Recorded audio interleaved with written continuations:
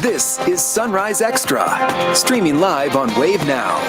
Good morning. It's Thursday morning, and as you're heading out, grab a coat, maybe even grab some gloves. Is it too early for the gloves? Like, my hands are still thawing out. I know, my hands are cold too. I don't know. I think it's probably a little too early for gloves.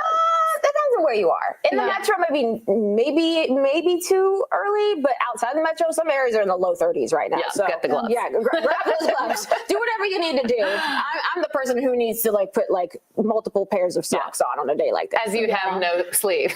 As I have no sleeves. I'm fine.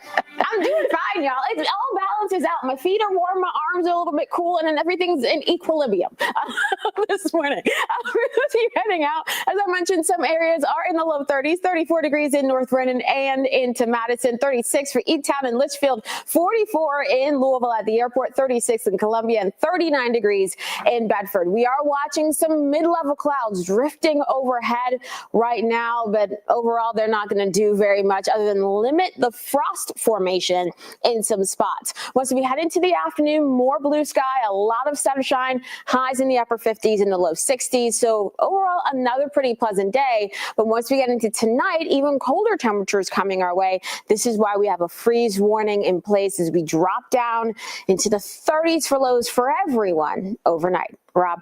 It is a chilly one out there. Tawana, thank you, and good morning to you at 7:01 if you're just joining us. Glad to have you along on this Thursday or Friday Eve, as we like to talk about it. Not too many problems out there on the roadways this morning. Nice, clear conditions. This is 265 at Harrods Creek. Light traffic out there. We had a few slowdowns in some of the parts of the metro earlier this morning, but nothing that would really kind of slow you down too much today at this hour. This is 65 at the Lincoln and Kennedy. Again, clear conditions, dry pavements, and we certainly like to see that. Your drive times right now throughout the metro on 65, all right under 20 minutes. And if that does change, of course, throughout the course of this Thursday morning, we're going to let you know. For now, Shannon, back over to you. Thank you. The search for a killer is on this morning after police found a man shot to death inside a Jeffersontown apartment. Officers were called to the point at Stony Brook Apartments on Arbor Point Drive just before noon Wednesday. Officers found a door to an apartment open with a man dead in a chair. The county coroner has not released the victim's name. Police believe the shooter and the victim knew each other, and they're asking anyone with nearby security video from around 11:50 a.m. to send it to Jeffersontown police. A Norton Commons man accused of possessing and distributing child pornography will appear in court today. Michael Booth was arrested and charged Wednesday afternoon. Police started their investigation in August after a social media app account was reported at one that was sharing child porn images. Booth's arrest report says the images in question were shared at least 15 times. The 39-year-old is due in court this morning at 9. Today, we expect to learn more about a special election to fill a seat left open in the Kentucky legislature. New Jefferson County Clerk David Yates will release details about the voting center locations and timelines for the election. The special election is to fill the seat Yates once held. Yates represented Kentucky's 37th Senate District in South Louisville for a little more than 4 years. He moved over to the county clerk's office after Bobby Holtzclaw passed away. The Jefferson County Republican Party has chosen to nominate Calvin Leach for December's special election. Gary Clemens will be on the ballot for the Louisville Democratic Party. The turnaround time for the election is short, but both parties say they're trying to to drum up support ahead of Election Day. It is a quick turnaround. Our goal is voter outreach, of course. We want to be on the doors, knocking as much as we possibly can. You've got to move quickly. It's not your usual election. And so you have to get organized quickly. You need to execute quickly. The special election is happening December 16th. Information about both the Louisville Democratic Party and the Jefferson County Republican Party is in this story on wave3.com. Well, it's an older method of transportation, but it may be getting a new life. A light rail system connecting Louisville to Indianapolis is still on the table. 2 years ago, major funding was secured to look into the possibility of bringing the system back to life. Rob Wells is back with a closer look. Rob. Hi, Olivia. In December 2023, a $500,000 planning grant was secured by the Kentuckiana Regional Planning and Development Agency from the Federal Railroad Administration. That money earmarked to assess viability of reestablishing the intercity passenger rail service that would connect Louisville to Indianapolis, the last passenger train serving Louisville more than 20 years ago. Now, Amtrak is proposing restoration of service from Louisville to Indianapolis. An additional route would then also link Indianapolis to Chicago. So far, the grant's helped assessment of locations and potential stations along the corridor, the level of frequency, and the speed that could be possible, along with ridership estimates and the bottom line cost. The new line, according to officials, would be competitive with car speeds of at least 65 miles per hour, much snappier than the old defunct system. It did exist as late as the early 2000s. The Kentucky Cardinal, I believe, was the name of the train, and that was hampered by low speeds. To your point, to your question earlier, it took quite a bit longer to take a train journey to Indianapolis and Chicago from Louisville than a car trip or bus trip even, and certainly an airplane from Louisville to Indianapolis or Chicago.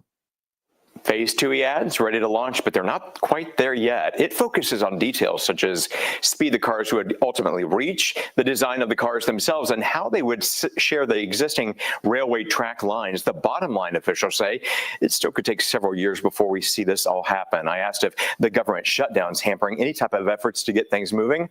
Rush said no. Now, as far as total price tag, he said that's part of step 2, which, as we said, haven't hit that yet. Bottom line, it's going to happen, but he said it could be several years. Shannon? Thank you. We've learned some of the dogs, saved from what police called a drug operation, have been put down. LMPD says they found 19 dogs in horrible conditions during a raid at a house on Rowan Street Tuesday night. Many of them had signs of mistreatment, bloody wounds, hair loss, and infections. Police arrested 49-year-old Tymaine Harris. He's facing animal abuse, drug, and weapons charges. Metro Animal Services says Harris surrendered the dogs. The conditions of 3 were so bad, LMAS said they had to put them down. LMPD encourages people to report situations like this. I can't speak on how many dogs a person should have. That's their own personal preference, but there is a limit when you look at square footage of where you're living and how you're able to care for them. And if these dogs keep breeding, more puppies are going to keep being born. And I believe that's kind of the situation of yesterday. There was just so many. Harris's bond is set at $10,000. He's set to be in court October 30th. This morning, we're working to learn more about a shooting at a business on Dixie Highway. Shively police were called to Dixie Highway near the Taylorberry neighborhood around 5 o'clock Wednesday afternoon because someone was being aggressive. Officers tell us when they arrived, they learned someone fired a single shot. No one was hurt in that incident, but police did arrest a suspect. Police haven't shared more about who they arrested, but they did say the people involved knew each other. New this morning, a man is recovering after being shot in the leg. This happened last night around 11 o'clock on South 8th Street near the Park Hill neighborhood. The victim was taken to the hospital and is expected to survive. LMPD says there are no known suspects at this time. A new center in Louisville will offer individual and group behavioral therapy for adults with autism. The Bluegrass Center for Autism opened its Fern Creek campus on Cedar Center Way yesterday. The center will offer several forms of therapy and help teach life and job skills to adults with autism. But they say there are challenges. The director of the center says it could be impacted by recent federal spending cuts under the Trump administration. The Congressional Budget Office estimated the president's big, beautiful bill will cut Medicaid and CHIP benefits by $1.2 trillion. 60% of the clients that we serve today are on Medicaid. That's how they pay for the services that we provide. Now, in the future, what does that mean if there's Medicaid cuts? We don't know. And that's a scary reality, but we have to focus on today and the clients that we have today. And for those in Kentucky, House Bill 159 guarantees commercial insurance plans to cover autism-related services up to the age of 21. It's not clear, though, how those older than 21 on commercial insurance could be affected by any federal funding cuts. Still to come, after saying demolition would affect the White House, the East Wing is scheduled to completely go. When the Trump administration expects the demolition to be finished, coming up.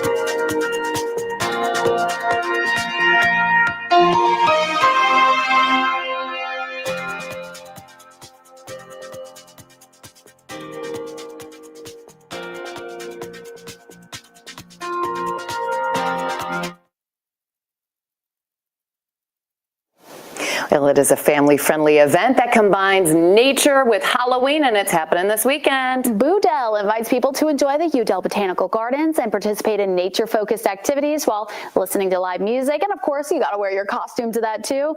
Wave News reporter Marissa Burke is at Udell Botanical Gardens to tell us everything you can expect.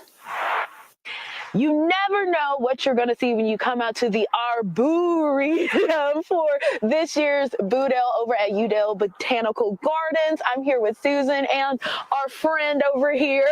Yes. I'm calling him Casper. Yes. But each of these are with a special tree. Yes. So they are in our Arboretum, which is a tree museum. So we invite folks to come out. There's a scavenger hunt through it.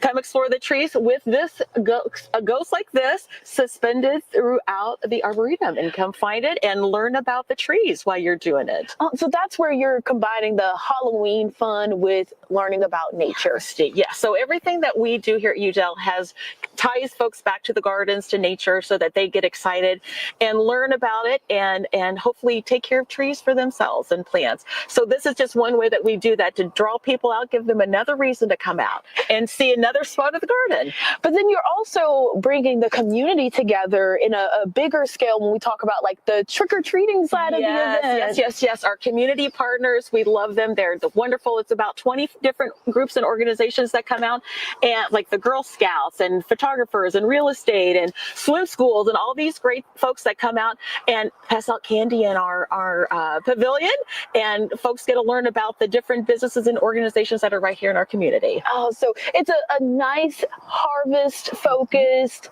fun, Halloween-themed event. Yes. But it really just highlights the beautiful botanical gardens and the connection to all of our neighbors here. Oh, absolutely. So guys, the fun for Boudel is on Sunday from noon until 4. And how much are tickets? They are, it's free for members. Otherwise, it's 12 for adults and 8 for kids. 5 and under are free. Oh, so there it is right there, guys. So the fun starts on Sunday, but just remember that there are some other fun events, but you got to visit their website to learn more. Marissa Burke, Wave News. Thank you so much, Marissa. That goes so scary. Yeah, so spooky, and they're all over the Yeah. trees there, Yeah. but they said, it's not really a scary thing. It's more of a Halloween vibes, and I can get into that. Yeah, and the weather's going to cooperate in terms of keeping those Halloween kind of spooky vibes in our area. Right now, though, we're just focused in on the colder temperatures. 34 for those of you in North Vernon and Madison. Still sitting at 36 in E-Town and in the Court, and 37 in Frankfort, 44 degrees at the airport in Louisville. Across the metro, we're seeing a mixture of those upper 30s and low 40s to start off the day. Now, as we continue throughout the day, we are going to get plenty of sunshine. We have some mid-level clouds drifting overhead right now, and they're making for a pretty cool sunrise already on our SkyTrack camera over downtown Louisville. And we can see those clouds as well on the satellite and radar, a little bit more so for those of you south of 64. But regardless, just going to help to actually limit the frost formation in some spots. Now, as we continue throughout the rest of the day, these clouds are going to move on out, allowing us to enjoy plenty of sunshine, plenty of blue sky throughout the rest of the morning and into the afternoon, with highs today in the upper 50s and the low 60s. Here is your 10-day. Tomorrow, we are going to start things off pretty cold across the area. If you think it's chilly now, wait till tomorrow, because we already have a freeze warning in place for Friday morning, and we are expecting morning temperatures on Friday in the low to mid 30s outside of Louisville. And in Louisville, we're talking mid to upper 30s. So everyone's going to be cold. Now, with some sunshine around for Friday afternoon, we are going to climb into the upper 50s and low 60s, but we'll be gradually adding in upper level clouds as Friday goes along. More of those mid to low level clouds moving in for Friday night into Saturday. Pretty cloudy and chilly over the upcoming weekend as we watch a couple of systems moving nearby. Now, one of these, this area of low pressure, is going to bring a few light showers late Sunday into Monday, so we'll keep an eye on that. But overall, not really impressed with any rainfall totals for the weekend. We had a better chance for some of that rainfall and some slightly heavier rainfall as we head through Monday into Tuesday and then Wednesday as these systems stay nearby. So a little bit of a dreary, cool start to the beginning of next week. But for the end of next week, as of right now, we're looking like we're going to see 50s for highs and some quiet conditions. But we have to monitor what's happening in the tropics, because that can influence how quickly some fronts and some lows move across the country. And of course, that all of that could change our forecast for Halloween. So don't be surprised if you see some things changing there. But as of right now, I'm going to keep things cool and quiet for the Halloween weekend. Thanks, Tawana. Millions of Americans may soon lose access to food stamps in November if the government shutdown continues. Officials say there are not enough federal dollars left over to pay out the full SNAP and WIC benefits to the families who received them. This month's benefits were sent out in September before the shutdown began. But if Congress doesn't pass a new spending plan by November 1st, more than 40 million Americans are at risk of losing critical benefits that help them cover grocery expenses and formula for babies. The U.S. Department of Agriculture says SNAP has about $6 billion in funds, but November SNAP benefits are expected to total around $8 billion. The other federally funded program impacted is WIC, Women, Infant, and Children's, which provides financial assistance to help feed more than 6 million families with young children. Food costs are squeezing families. Formula is so expensive, and without having access to WIC benefits, folks are going to have to decide what to do in terms of feeding their baby and feeding their family.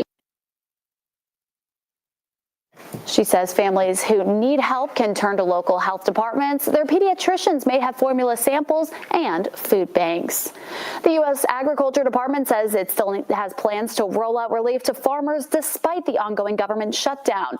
Today, the department says it's reopening about 2,100 county offices across the country. The USDA says each Farm Service Agency office will have 2 paid workers helping farmers apply for loans, crop insurance, and other programs. The agency says farmers will have access to $3 billion of aid from existing programs. We now know who's paying for President Trump's multi-million-dollar ballroom addition to the White House. The administration released a list of donors, and the names include Apple, Amazon, Lockheed Martin, Google, Meta, Microsoft, and a host of private individuals. It comes as demolition of the East Wing continues to make room for the ballroom. According to the White House, the entire East Wing will be completely demolished within days. President Trump says the project will cost about $300 million. The man accused of killing a Ukrainian woman on a light rail in Charlotte, North Carolina, has been indicted by a federal grand jury.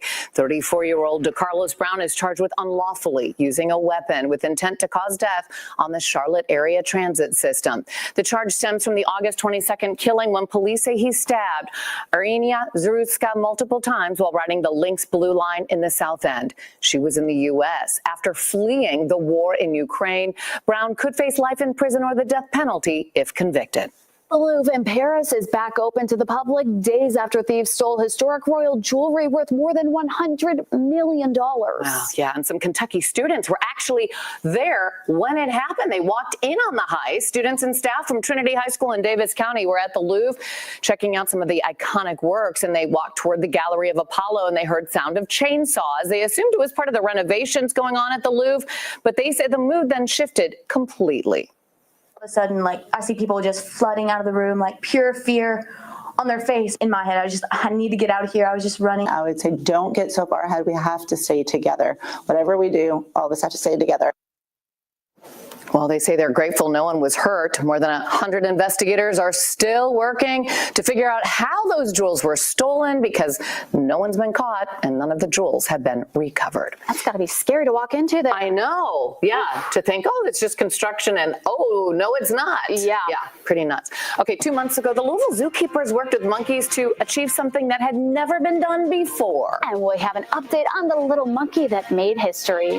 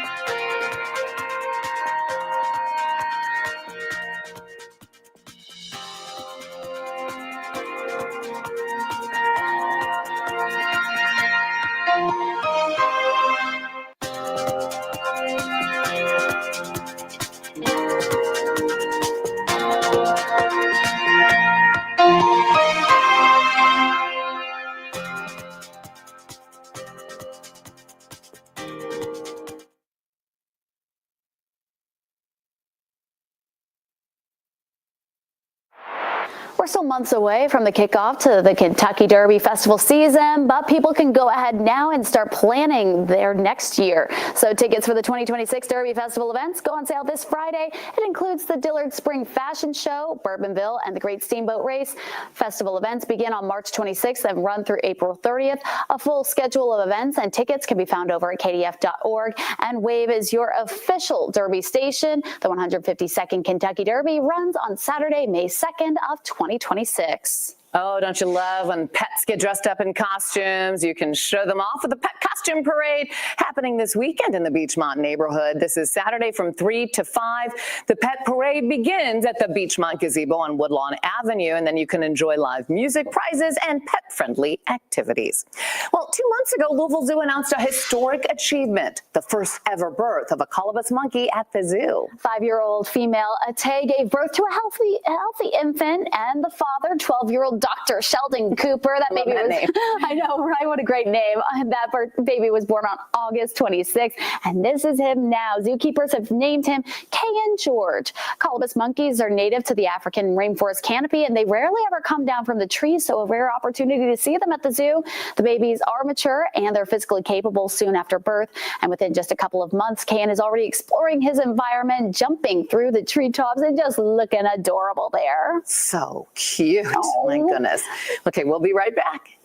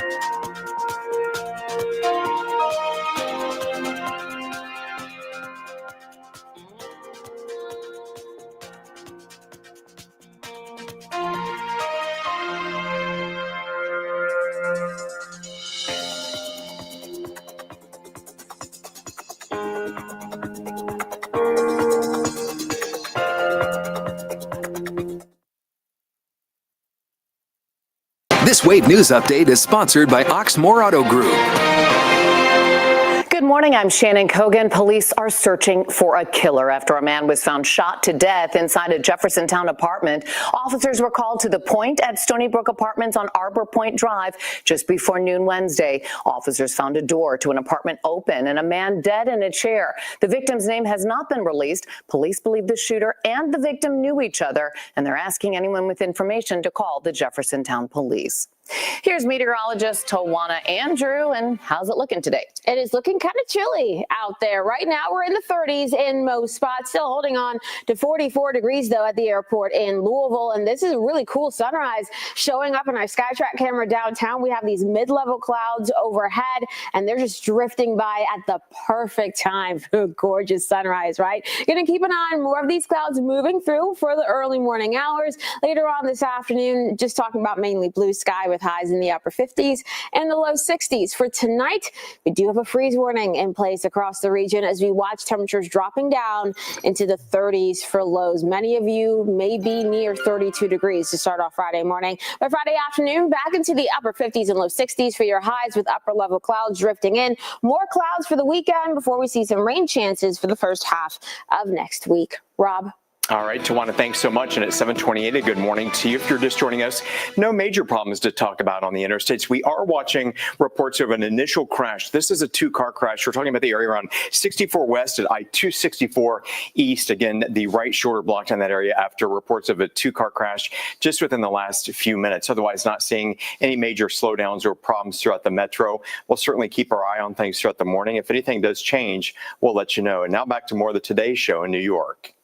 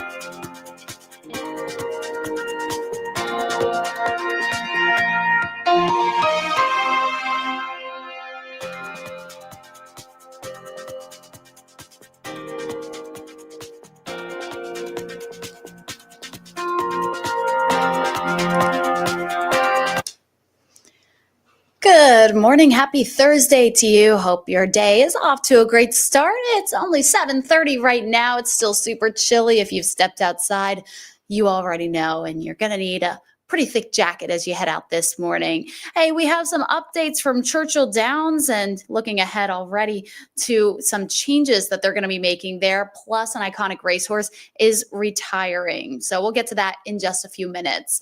Metro government, though, agrees to $1 million settlement for LMPD's treatment of people during the Breonna Taylor protests. 5 years in the making. That money goes to 8 plaintiffs who claim they were mistreated and in some cases injured during the protests. Wave News reporter David Mattingly tells us their reactions. Police wielding batons, tear gas, and firing pepper balls. Memorable images from a painful time in the city's history. Painful in more ways than one for social justice protester Patrick Moore. I just couldn't see. I was yelling. It was burning. I wasn't sure if my eye was completely exploded or just in pain. Moore was protesting peacefully when he was shot in the eye with a police pepper ball. 5 years and 4 surgeries later, much of the vision in his left eye is gone. If I'm looking straight at you, I can't see this hand at all. I have no idea. I can see the tips of my fingers now. But there's just nothing over here. It's black. Moore became one of 8 plaintiffs accusing LMPD of forcibly silencing protesters, often using military-type weapons and tactics that resemble those used by authoritarian regimes. After years of litigation, no one is admitting liability or fault, but the city has now agreed to pay a little over $1 million to the 8 plaintiffs subjected to LMPD's use of force. One of the plaintiffs is former State Representative Attica Scott. The settlement says that, like we see with what's going on politically at the national level, the courts are our last line of defense. And we, the people, use the courts in this case to hold LMPD and Louisville Metro government accountable. I think it's a good jumping off point to continue more rule changes and more accountability, because the police here want trust from the citizens, but you can't have trust without accountability, which this settlement did help with.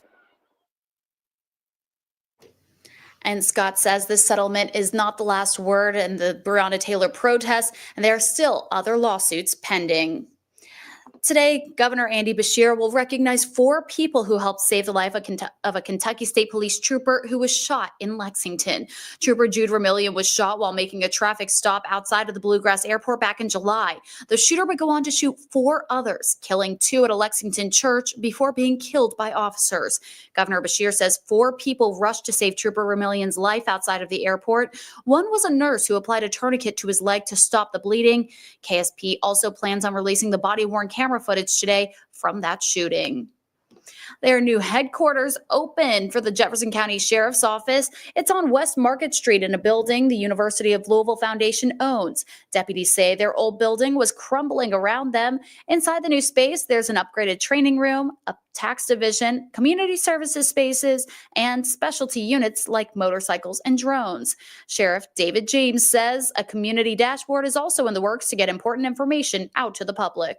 But more importantly, we're going to be working to making the Jefferson County Sheriff's Office a more transparent organization. James says more visible changes to the Sheriff's Office will be announced next week, but wouldn't elaborate on exactly what will be revealed. We're learning more details this morning about the status of Kentucky's medical cannabis program. The Office of Medical Cannabis says nearly 500 practitioners have been approved across 78 counties.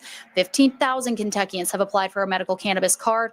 14,000 of them have applied, say it's for chronic pain. The office says they also hope to have more medical cannabis processors and dispensaries open by the end of the year. The only dispensary approved to operate right now is based in Ohio County.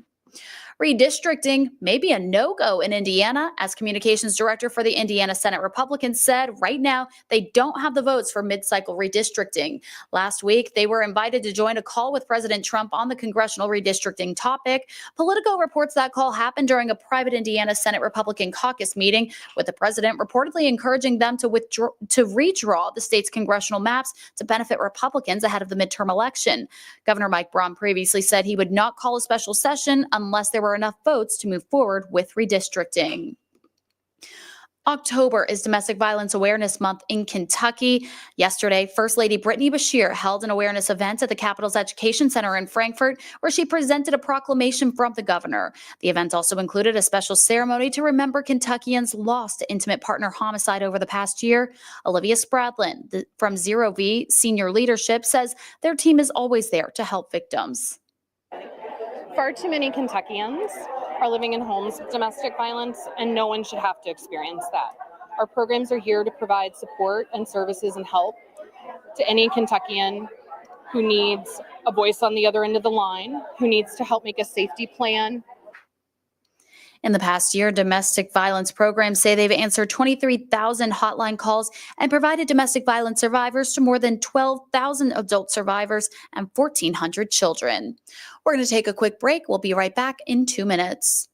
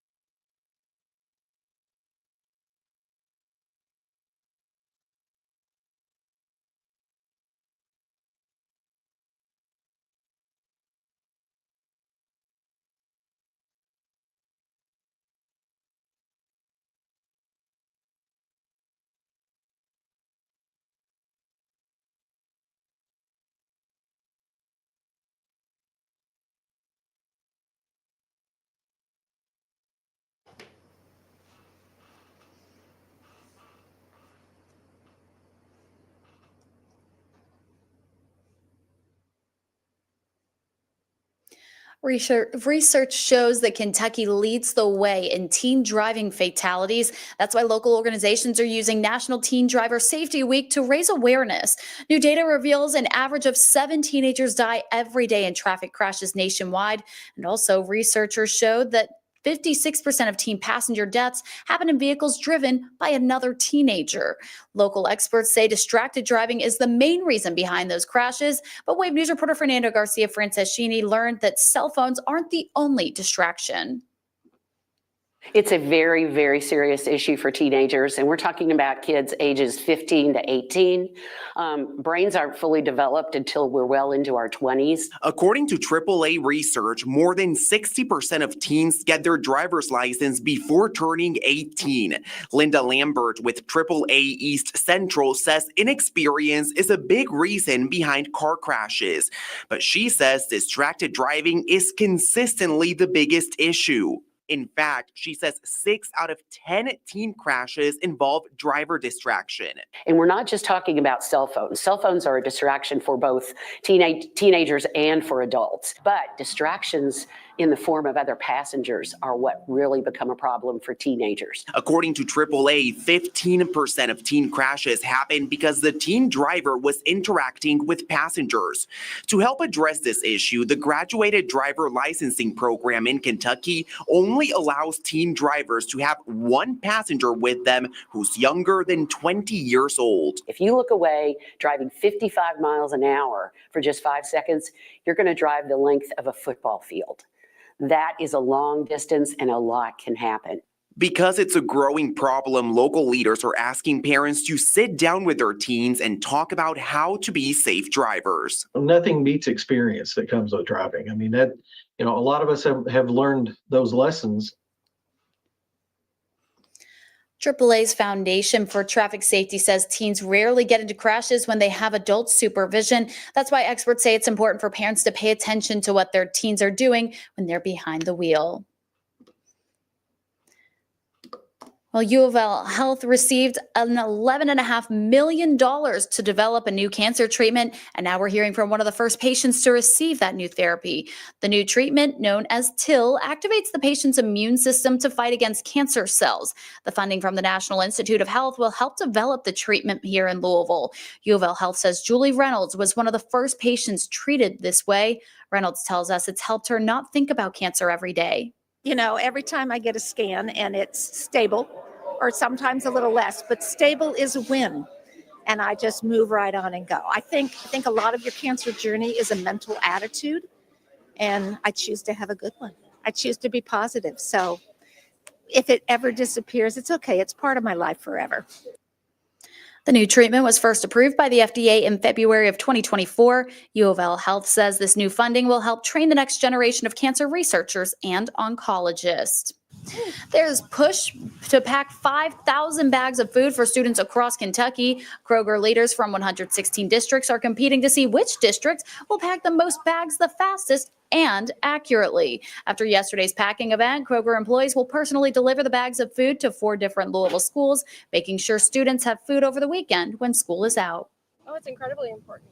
We love to say we know food, and we want to make sure that we're leaning into our Zero Hunger, Zero Waste initiative, which is to eliminate hunger in our community. The bags included some tasty options, including chewy bars, applesauces, juices, and more. Actor Conrad Bachman is turning 93 years old this November. He grew up on a farm in Valley Station and went to Valley Station High School, and he even went on to UK. But then he got a call. He went to Hollywood. Wave News anchor Shannon Kogan learned luck just happened for him. Okay, are we rolling? I'm rolling. Yes. Oh. We don't. Good morning. Conrad Bachman is used to being in front of the camera, and he's died in front of the camera many times too, like the scene in the 1990 movie Tremors with Kevin Bacon when he's sucked underground. It was one take and that was it. One they didn't say, take. let's do it again to make sure. You're looking at the take right there. That was it. Wow. It was a musical he saw with his mom that ignited his passion. And I walked out of that movie and I said, Mom, I know exactly what I want to do and who I want to be. And she said, what? I said, I want to be a dancer. She immediately signed him up for tap classes, and he could dance. He joined the Special Services Entertainment branch of the Air Force, touring the world, even meeting Marilyn Monroe. Shortly after, they met again. This time, he was parking cars at Trader Vic's in Los Angeles, trying to make it as an actor. And it's Marilyn Monroe to get out of the car. And she looks at me and she says, "What are you doing here?" That job got him his first role when he pulled up the car for head of casting for 20th Century Fox Studios. "Are you an actor?" I said, "Isn't everybody in this town an actor?" And anyway, he handed me his card. The next day, he was cast in the Dobie Gillis sitcom, and soon after, his first commercial. For 2 days, we drove around waving and smiling in this car. And I could not believe the residuals and the money that came in for that 2 days of work. So guess who started doing commercials? Bachman estimates he's been in around 400 commercials. He happened to be in Colorado filming one when a casting director asked him to be Bing Crosby's stunt double in Stagecoach. This is Bing Crosby. My God, he's a huge star. So I was sort of speechless every time I was around him. And Margaret was in the film too. He's since been in numerous movies like Rules of Engagement and television shows, including Fame and The West Wing. Steady work that meant he lived full-time in Los Angeles for 65 years. He says he never foresaw the success and good fortune he would have in life. I suffered tremendously in school. You did? Oh, I was terrible in school. I mean, I had a very hard time. I think God has just said to me, "I'm going to take care of you." Now he's back in Kentucky, close to his kids and grandchildren, proving again he's in the right place at the right time. Shannon Kogan, Wave News. Now, Conrad Bachman was also the founder of the Louisville International Film Festival of Film. It actually brought movies from all over the world to right here in Louisville, but it is taking a break this year. Speaking of breaks, we're going to take one. We'll be right back in 2 minutes.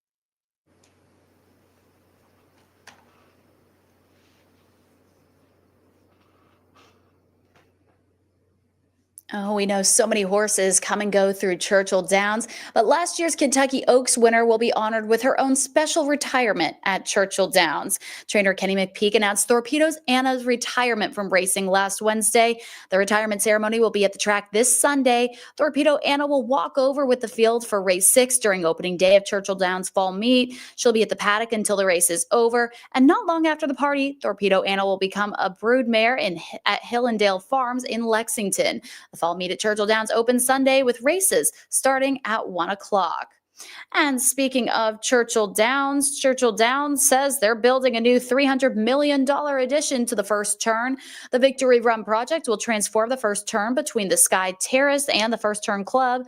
Victory Run will be 4 stories tall with views of the finish line, private suites, and indoor and outdoor dining options. It'll be able to seat 7,800 people. Construction will begin after the 2026 Derby, and it should be ready for fans to enjoy by 2028. Always so interesting to see what they do there. Starting tomorrow, you can start planning for next year's Kentucky Derby Festival. Tickets will go on sale Friday for some of the signature Derby Festival events. That includes the Great Steamboat Race, Dillard's Derby Fashion Show, Thunder Over Louisville VIP Rooftop Party, and the They're Off Luncheon. Tickets go on sale at 10 a.m. Friday on kdf.org. Many of those events sell out quickly, so make sure you're paying attention and ready for that. Tickets are already on sale for Kentucky Derby 152, and that is set for Saturday, May 2nd. On Monday, Pat Kelsey and U of L got a commitment from NBA G Leaguer London Johnson, which was a shock to the college basketball world, including Michigan State head coach Tom Izzo. Speaking to the media this week, the coaching legend expressed some disbelief that professional players are now eligible to play college basketball. Johnson. Well, what about the freshman you recruited there? That's somebody's son. And he thinks he's got himself a good place, and all of a sudden, shazam, they pull out of their hat and bring a 21 or 22-year-old in. To me, it's ridiculous. A reminder that 21 and 22-year-olds are typically college-age athletes, and U of L just seems to be taking advantage of the loophole here with all those rules there with the NCAA. Interesting to see how that could play out, though, and the other players that could bounce from the G League down to the NCAA. Well, U of L hosted a women's basketball media day on Wednesday, and our sports reporter Dusty Baker caught up with several of the Cards from across the pond. There are very high expectations for the U of L women's basketball program heading into the new season, pre-ranked number 20 in the country. And all eyes will be on their star returner, Taj Roberts. But there is a very deep squad beyond Roberts as well, including a very deep and talented international group. I've just about got everybody's name down, which is a good thing. 4 faces on Jeff Walls' squad will suit up for the Cards this upcoming season, despite calling home overseas. I feel super comfortable with what we have, like so many international, and I feel like so supportive, like what someone can understand me. It's give us more perspective, different styles, different knowledge, because we have different basketball style back home. I think sometimes we learn the game a little bit different, so we are more on the same wavelength like earlier on. For the Cards, they say it's a goal to make sure the international players feel comfortable at U of L. You have to empathize at first. They're coming from a different country. They're doing a lot of things not in their first language. They're meeting new people. They're away from their family. Everyone has a story that's pretty unique when you really get down and you start talking to them. It's been a lot of fun. While we're on the topic of international players, the Cards were set to open their season on the road in Germany to take on UConn. But of course, with the government shutdown, that remains to be seen where the game will be played. Jeff Wall saying he expects the game to still be played, the destination unknown. Reporting in Louisville, Dusty Baker, Wave Sports. Well, a new change to college athletics. The NCAA approved new rules allowing student athletes and athletic department staff to bet on professional sports starting on November 1st. The move was approved by all 3 NCAA divisions. Officials say the decision isn't an endorsement of sports gambling, but rather a recognition of its growing role in today's sports environment. Betting on college games and sharing information about them remains strictly prohibited, but this does allow NCAA athletes to involve themselves in things like fantasy sports and, again, online betting. So if you haven't been out to Lynn Family Stadium this season to see the boys in purple, you're running out of time because Saturday is their last home game of the regular season. Lou City will face off against Hartford. It's a showdown between the Players Shield winner and the Jägermeister Cup winners.